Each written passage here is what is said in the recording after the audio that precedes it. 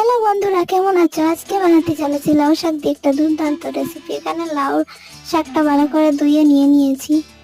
কাঁচা লঙ্কা রসুন দিয়ে এটাকে পেস্ট করে নেব। কড়াইতে একটু সরষের তেল দিয়ে কালো জিরে পেঁয়াজ কুচি দিয়ে একটু সময় ভেজে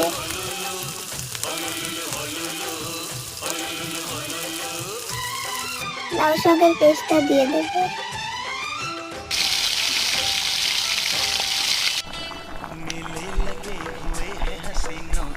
এর মধ্যে একটু নুন, হলুদ গুঁড়ো, জিরে গুঁড়ো দিয়ে ভালোভাবে নেড়ে চেড়ে রেখে দেবো।